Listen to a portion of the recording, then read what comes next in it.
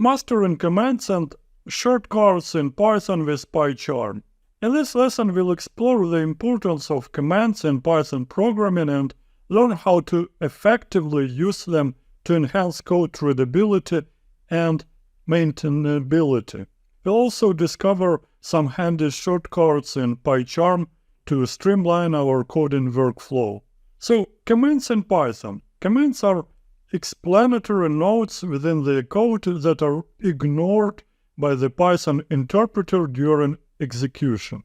They serve as documentation, helping to describe complex sections, provide context, and clarify the thought process behind the code. In Python, commands are indicated by the hash symbol. There are single-line commands. Single-line commands are used to add brief explanations or notes on a single line of code, and they start with the hash symbol followed by the command text. Also, there are inline commands. Inline commands are placed on the same line as the code they describe. They should be separated from the code by at least 2 spaces. And multiline commands. Python does not have an official syntax for multiline commands, but there are 2 common approaches.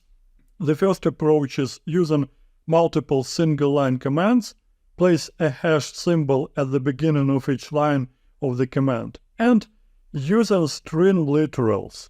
Enclose the command text within triple quotes. It could be single triple quotes or double triple quotes to span multiple line commands. You can also comment out code to temporarily disable a block of code without deleting it. This is known as commented out code. In PyCharm, you can easily comment out a selected block of code by pressing CTRL+/.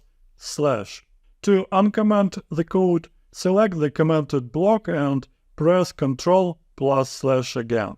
We'll review when we'll be doing hands-on demonstration. We'll review PyCharm shortcuts. PyCharm offers various shortcuts to enhance productivity and speed up coding tasks. Some useful shortcuts include increasing font size, which is SHIFT+ALT+DOT, decreasing font size, which is SHIFT+ALT+COMMA, duplicating the current line, which is CTRL+D, and comment out or uncomment the selected code block. So, in the next demo lesson, we'll create a new file, we'll configure Python interpreter, we'll adjust the appearance settings in PyCharm, and then we'll add single-line, inline, and multi-line commands to this file. We'll practice commenting out code blocks using CTRL+/ shortcut, and we'll use different shortcuts in PyCharm. So let's move on to the demo lesson where we'll be practicing all these techniques.